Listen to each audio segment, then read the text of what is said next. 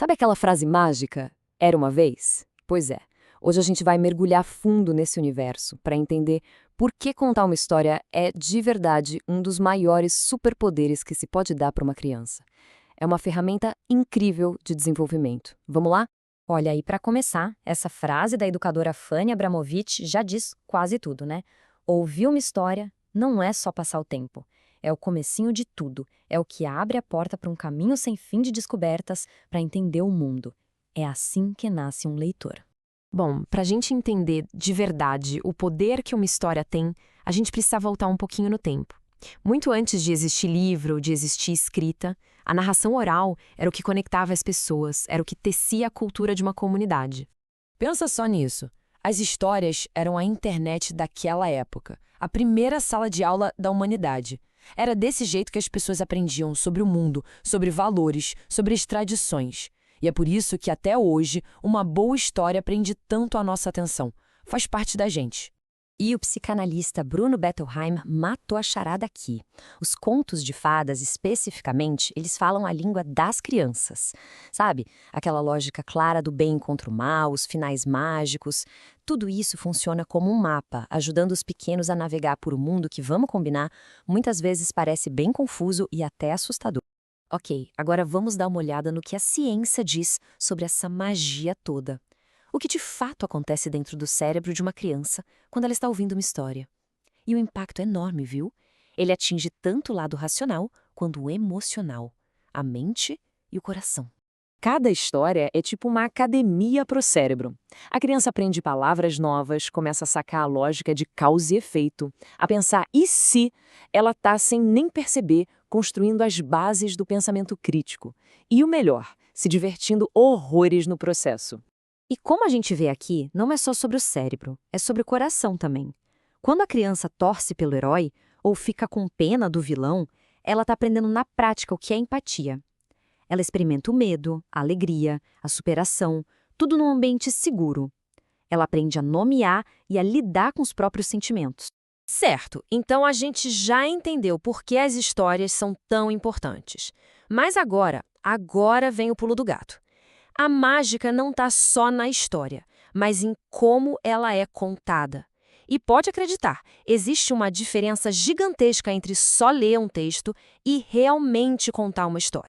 Tá aqui a grande questão. Ler em voz alta é maravilhoso, claro, mas contar uma história é outra coisa. É criar algo novo junto com quem está ouvindo. A pessoa que conta usa a voz, os gestos, as pausas, ela sente a plateia, reage. É nesse momento que a narrativa salta do papel e ganha vida própria. Ah, mas como é que você faz isso? A boa notícia é que não precisa ser ator profissional, não. O segredo está na preparação. Quando a história é bem conhecida, como mostram esses passos, a narração flui com muito mais confiança. Dá para criar o clima certo, sabe? E prender a atenção do começo ao fim. Bom, preparação feita, agora é hora da ação. Vamos dar uma olhada em algumas ferramentas bem práticas que transformam qualquer momento de leitura numa experiência, uau, inesquecível, e usando coisas bem simples, viu? Olha, tudo começa aqui, na escolha certa. Uma capa que chama atenção, um tema que tem a ver com o universo da criança. Isso aqui já é meio caminho andado. A aventura começa no instante em que os olhos batem no livro. E o mais legal é isso, não precisa de nada caro ou complicado.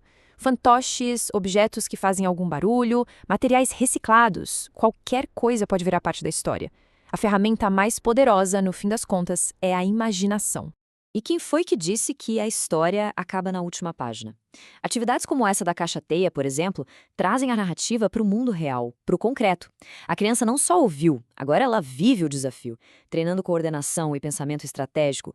E que tal transformar a sala de estar no cenário da história? Um circuito com umas almofadas e caixas vira a jornada do herói. A criança pula, se equilibra, corre, a escuta que era passiva se transforma numa aventura com o corpo todo. O aprendizado fica muito mais forte. E claro, no mundo de hoje, a tecnologia pode ser uma super aliada. Como a gente vê aqui nessa tabela, usar um vídeo, um som diferente ou até um aplicativo não substitui o contador de histórias, não. Pelo contrário, enriquece a experiência, cria novas formas de se conectar com a narrativa. E assim a gente chega no impacto mais profundo de todos, o legado. O que é que fica de verdade quando contar histórias vira parte da rotina de uma criança? A resposta vai muito além daquele momento da leitura. Uma história bem contada vai deixando sementes, sabe? Ela se mistura com o mundo interno da criança, ajuda a moldar como ela se vê e como ela vê os outros. Vira um ponto de referência para dilemas da vida, para a construção da própria identidade. E esse poder todo se multiplica quando vira um esforço de todo mundo. Quando a família, a escola e a comunidade se juntam, o que se cria é uma verdadeira cultura da leitura. Isso mostra para a criança que as histórias são importantes, são valorizadas por todos à sua volta. E no final das contas, talvez o grande segredo seja simplesmente este. A citação da Raquel Vilardi é perfeita. O objetivo principal é o encanto, o prazer.